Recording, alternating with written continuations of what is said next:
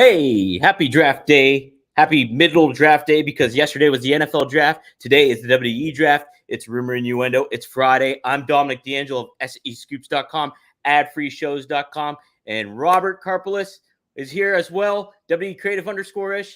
Lots to talk about, Robert. I think we covered everything yesterday, though, basically, right? I mean, we covered just about everything. Some of the feedback I read is there was, I guess, a minor incident that happened at the tail end of Dynamite that we didn't give the proper attention to. So we may circle back to that today. But honestly, guys, yesterday there was that big Billy in the CW news we had to get to. We see your comments. We value those folks out there. To say hi to a couple of folks. Antonio Santos says, "Happy Flanders Mustache Friday, gents. Tony is keeping kayfabe alive." Mike Malaro, hope everybody's got their neck braces on. It's Rumor and Innuendo time.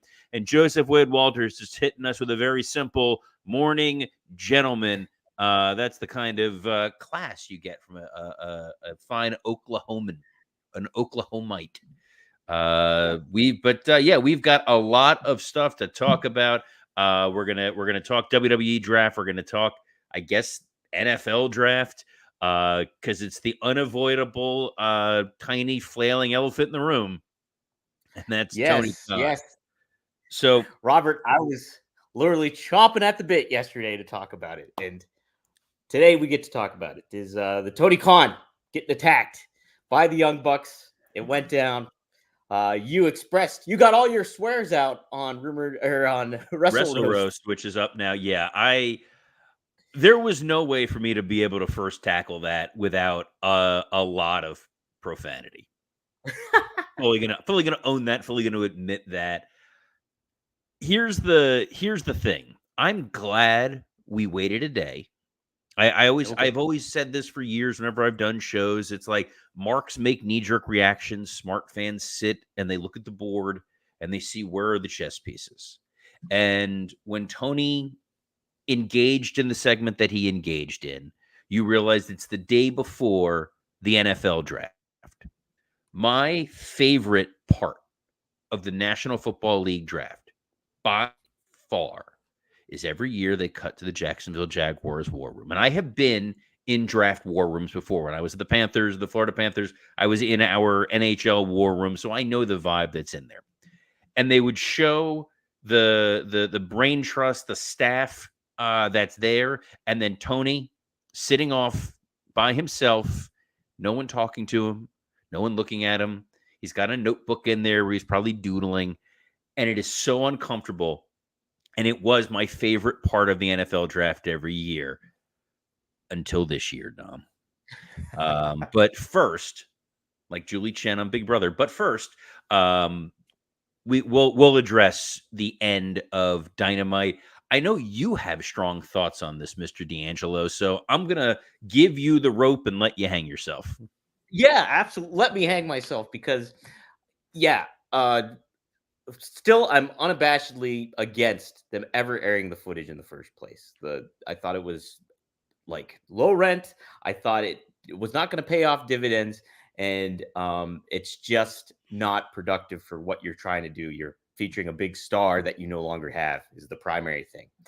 And on top of it, coming into this whole angle, and in the middle of the show, when I was watching Dynamite and I got word that Tony Khan was going to come out and be a part of this, I thought this is going to be bad. And, the execution of it all, Tony Khan selling his low-rise socks that he was wearing, all bad. But I will say, I think they maximized what they could out of the mistake they made of airing that footage. And you tie this in to something that Tony Khan has a strength in, and that's his NFL ties. And once you do that, it already got an article that night written up about it on NFL.com. You get a little publicity that way. You get Shad Khan into the mix, which is very unexpected of it all. And I think, Tony Khan was the elephant in the room when it came to this angle, when it came to this story.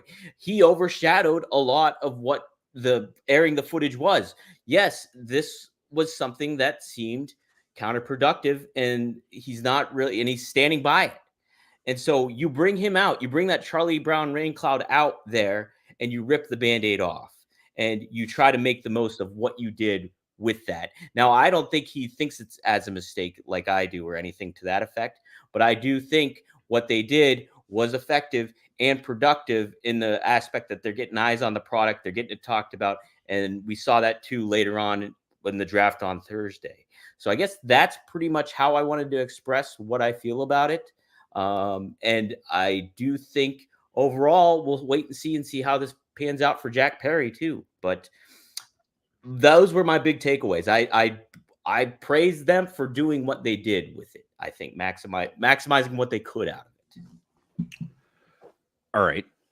I can respect your opinion. At least that's what I Okay. was told. That's what I was told to say. Okay, good. Yeah, Whenever I I was, put it on the rundown. yeah, whenever I did debate, it's like you have to say, I respect your opinion, but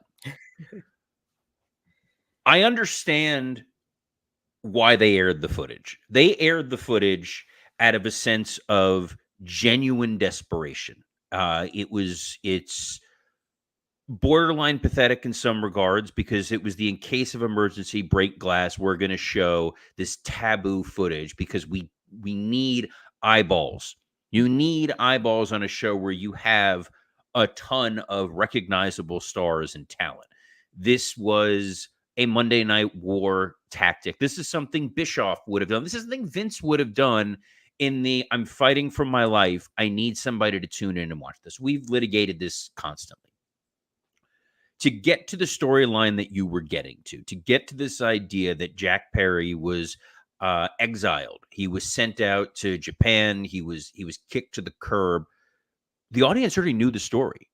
Tony Khan went on television and said, the actions of CM Punk, I feared for my life. He is gone. Tony took his lumps in front of that crowd. He got booed to high hell, and that was the end of it. And when that moment happened, I said, that's your Mr. McMahon moment. If Tony was going to be an on-screen character, they did not go down that path. Jack Perry goes away. He's in Japan. Tony, playing by the rules within Dynamite World, everything that happens in New Japan is canon within AEW. We have IWGP champions on AEW programming. Bryan Danielson and Chris Jericho wrestled New Japan matches over the last few months that have been mentioned on AEW programming. I think actually Jericho wrestled a DDT Pro, and that was acknowledged on AEW TV. So it wasn't like it was a secret that Jack Perry was wrestling in Japan, that he was wrestling for New Japan, and that he was, suspended, gone, whatever it was. He appeared on Sunday at the pay-per-view using the power of the executive vice presidents who clearly brought him in to help them. And then they opened the show with him there. Security tries to stop him. They let him in and say, hey, we're going to have a private meeting. If Tony Khan wanted to be the protagonist and these guys are the antagonists, he would have in the private meeting, like, we're treating this like this is kayfabe, like the shirt says, like this is real life, and you are the president. You would say, hey, I'm the guy in charge. You EVPs are under me. I'm not letting Jack Perry back. He endangered my life. He ruined the biggest night of our professional career. If I could have fired him on the spot, I probably would have. He deserves to be a scapegoat. He's gone. Now you have a reason why they're angry at him. Tony let Jack Perry back. He let him out on TV. They had him have an entrance where he talked to Tony Schiavone. Jack Perry cuts that babyface promo to camera. I love Jacksonville. I love AEW. I love this company. Audience is super behind him. Tony Khan comes out. Awkward man-child hug. We have made fun of the awkward man-child hugs that Tony Khan has done with almost every talent, to the point where you want to like give Claudio Castagnoli a medal for keeping a straight face during the incredibly awkward hug that Tony Khan has laid on him. They hold up arms. They get the tummy punch. Tony Khan goes down like a sack of potatoes. Yes. So Tony Khan is not the strong AEW president, leader of the organization, guy who's doing what's best for business within the confines of kayfabe. This is as a creative type talking about when you're writing the show and the questions you're going to ask. So Tony is bowing to the will of the heels who brought Jack Perry in unauthorized. Guy was cast out by Tony. They bring him in, helps them win the tag titles, which should make Tony, as the president of the company, angry, irate. You have challenged my authority. You have won these tag titles under false pretenses. I need to intervene. I need to step in. He doesn't. He allows Jack Perry there. He welcomes him back into the fold. They hug. So Tony is not doing what's best for business. He's literally the lackey of the Young Bucks. He's the lackey of Jack Perry. He's the lackey of Kazuchika Okada. And they still beat him up. So now you're head of your company, the man who has not once been actually physically touched on television, the man who has said repeatedly, I don't want to be a character, and if I'm ever going to be on TV, it's in small doses. It is to go out there and make big announcements and maintain an air of authenticity. Gets beat up. Was his selling comically terrible? Yes. Talked about it on WrestleRoast. It's one of the dumbest things you're ever going to say. It is Shockmaster level, goofy and bad. The guy is not a trained wrestler, so he shouldn't be taking those bumps. He also said that he should have, we talked about it, I think, on WrestleRoast before. He should have been willing to take a stiffer shot. Take one punch. Take one hit, one something. You got to make it look devastating. You got hit, you got picked up, you got hit with the Meltzer driver. When he first got hit, the locker room should have been emptying. This is our president. They're not a board of directors. You know, WWE hid behind, there's a board of directors. So Mr. McMahon, other people, and they always, Jack Tunney or whatever it was. This is the guy who writes your paychecks. It is all out of his coffers. If something happens to Tony Khan and he's hurt and he's injured and he's done, in the world of kayfabe, oh my God, guys, our money is gone. We got no money coming in. We got to stop this right now. No one runs out. You have a new world champion, Swerve Strickland, his babyface. He doesn't come out there. You have a locker room of dozens of guys. We just saw, remember Tony Schiavone had said there were 21 wrestlers lined up for the Casino Battle Royal. Almost none of them come out. The Young Bucks stand in that ring for a while before they hit the Meltzer driver or whatever, the Tony Khan driver, whatever they want to call it, and Okada. It's 4 guys.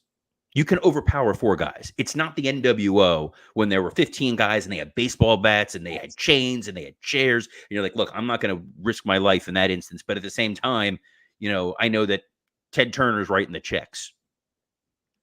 Nobody comes out to save Tony.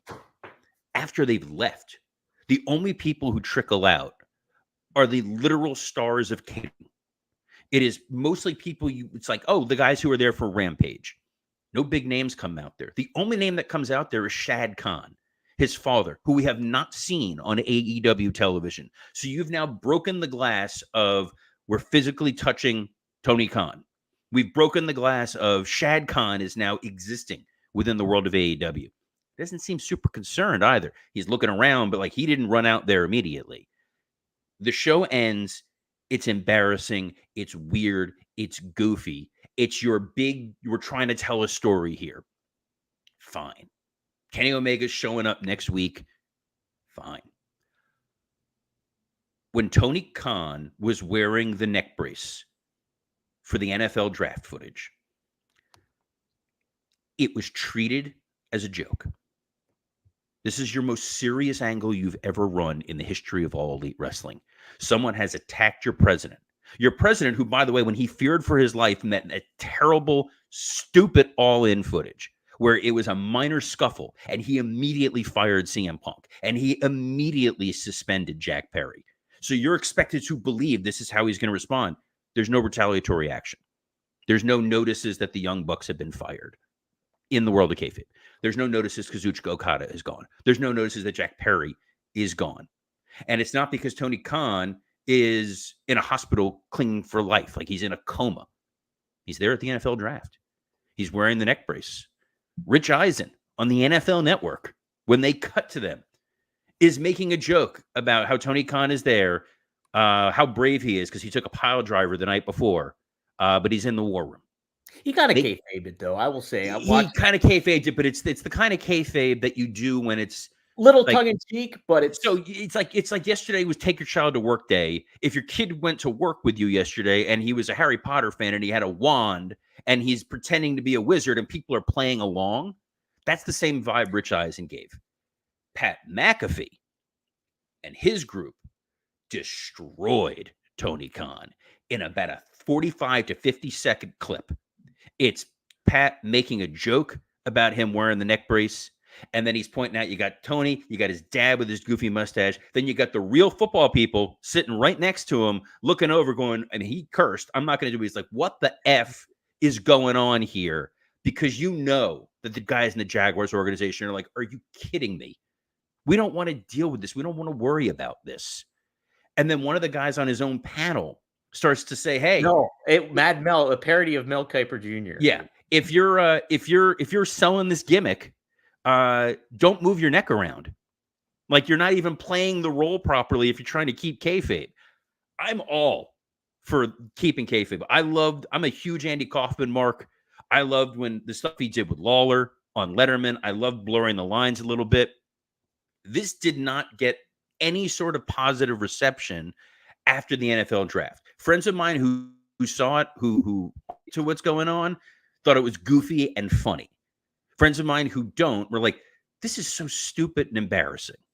Nobody was like, my God, Tony Khan is a hero to the wrestling world for doing this, because if he was a heel, hell of a move. Great heel heat, because it's a goofy neck brace. But he's supposed to be a babyface who was shown to be pathetic and powerless on his own show. And then he's on here with this on the same day the ratings come out for Dynamite. And the ratings were about 100,000 viewers off where they normally are. Now, I get that they didn't announce that we were going to get Tony Khan in the ring with Jack Perry. But Jack Perry showed up at the end of the pay-per-view. You think he's not going to show up at Dynamite? You got a new world champion. People want to tune in to see the new world champion. You got Jon Moxley defending the IWGP World title, which we have said is the most important title in his entire world. And he's defending against Hobbs. And you do 100,000 people less, and you're supposedly just pulling out another shock angle. People are going to tune in. They're going to tune in next week to see what happens, because now we're trying to tell a story. But I'll be honest, we saw the devil angle. I don't trust them to pull off long-term storytelling.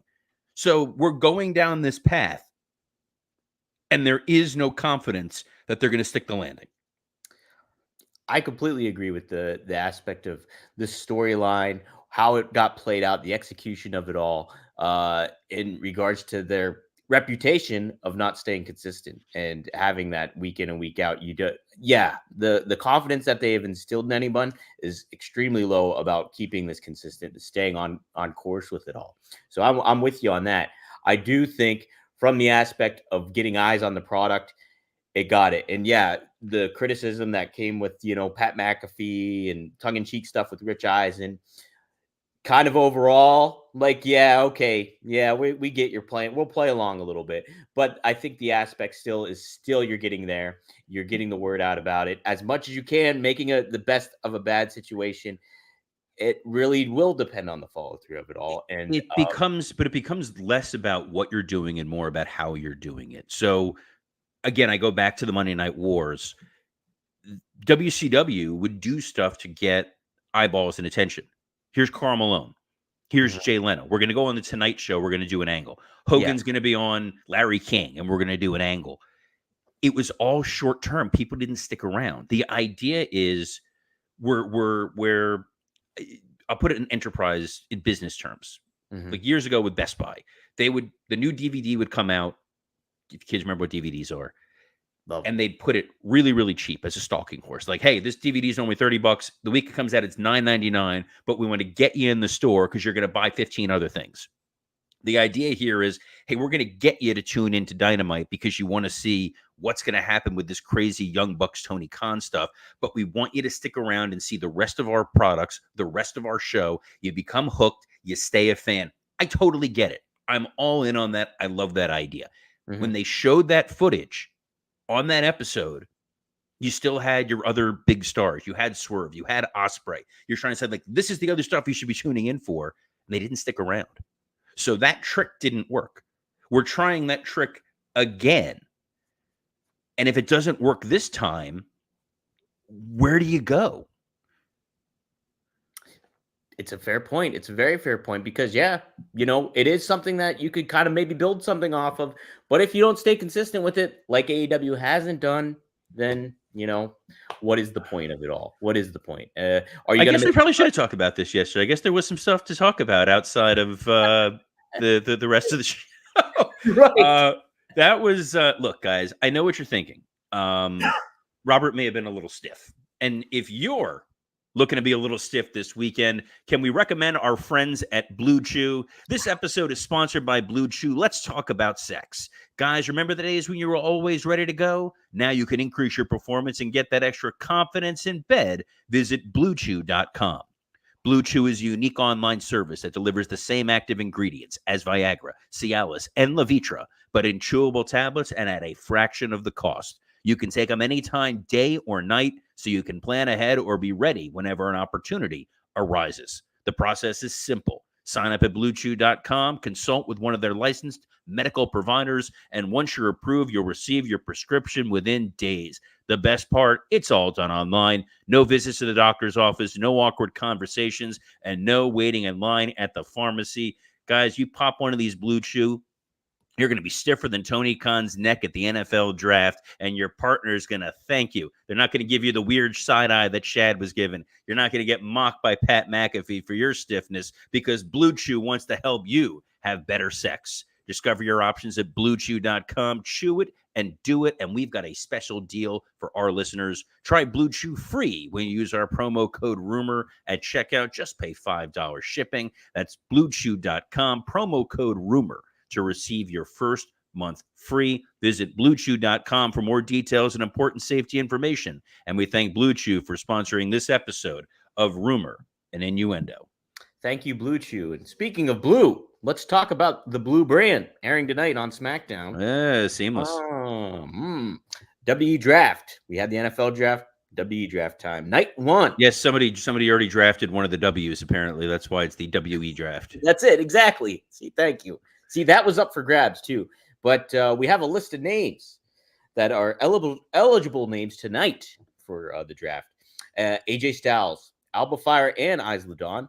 Alpha Academy, which... Oh, you're really going to read all the names? Just a couple of them. Sure. All right. There's not too many, actually, to be honest. Yeah, there really isn't that many. Oh, let's see how I do here. Names. Okay. Yeah. Alpha Academy, which includes Chad Gable, Otis, Akira Tozawa, and Maxine Dupree. Andrade, Bianca Belair, Braun Breaker, Cedric Alexander, and Ashante the Adonis, Ivar, Jey Uso, LA Knight, Liv Morgan, Nia Jax, Randy Orton, Ricochet, Seth Rollins, Shayna Baszler, Sheamus, The Bloodline, which includes Roman Reigns, Solo Sikoa, Tama Tonga, and Paul Heyman, the OC, and I'm not talking about that Fox show. Hey, I love that Fox show, and I will defend that. You've never seen the OC? Never seen it. Love the Phantom Planet song, though. Oh, yeah. Good. Yeah. Solid Phantom Planet song. Always nice that Jason Schwartzman was in that band for a while. Weird fact of life. The OC is a great show. You should definitely go check that out. All right. I don't know why that's. What about Zoe Stark? Zoe Stark. She's on the OC. Oh, good.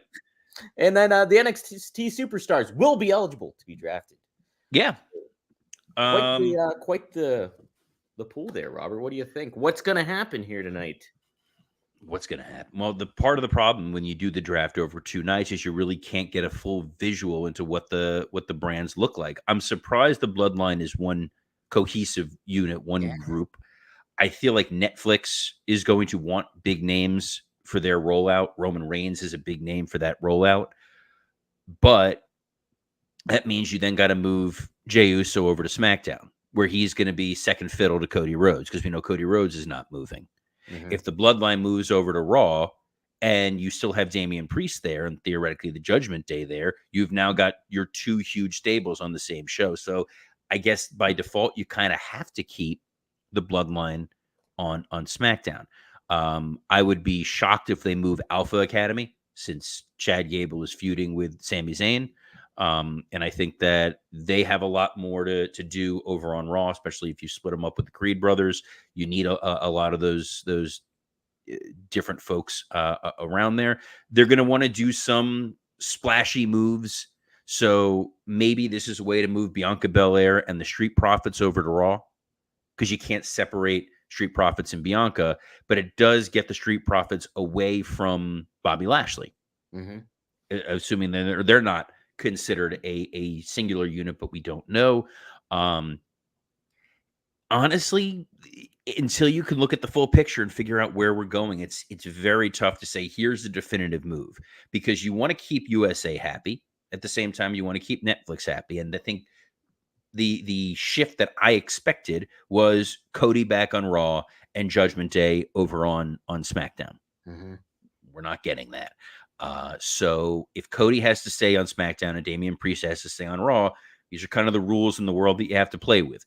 If Becky is staying on Raw, Seth is staying on Raw.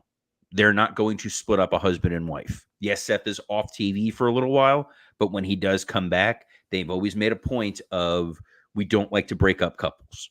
So you're kind of taking away from SmackDown. So you kind of have to keep the bloodline there if you're going to give them a big name of somebody that you're taking from Raw. There really isn't Andrade.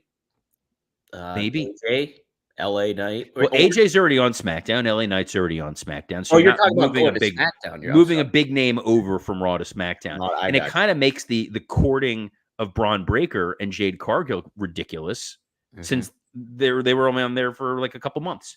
Right. Again, we'll see. It'll be fun to watch after. Part of the enjoyment of the draft is who are we putting some steam behind afterwards. It's a reshuffling of the deck. They're breaking up a lot of teams in some way, shape, or form. Looks like the tension between DIY, tension and Alpha Academy. We just kind of split Imperium off a little bit. I know some folks have been thinking maybe Ilya Dragunov will wind up in Imperium. Wouldn't hate that. He'll definitely wind up somewhere since he dropped the NXT title. But it'll be a fun show. The draft shows are usually pretty entertaining. And since you're already building to Backlash, it's not a complete lame duck episode.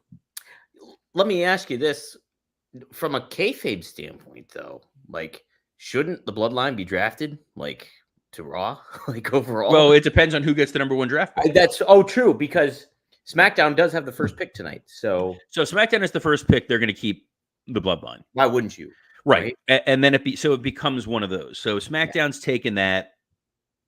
Then Raw is going to probably take Seth Rollins as their number one draft pick, because they don't want to lose him and make him feel like he's an important franchise player. Randy Orton could be next. Then maybe you keep Orton around, Or Bianca, what you're saying too.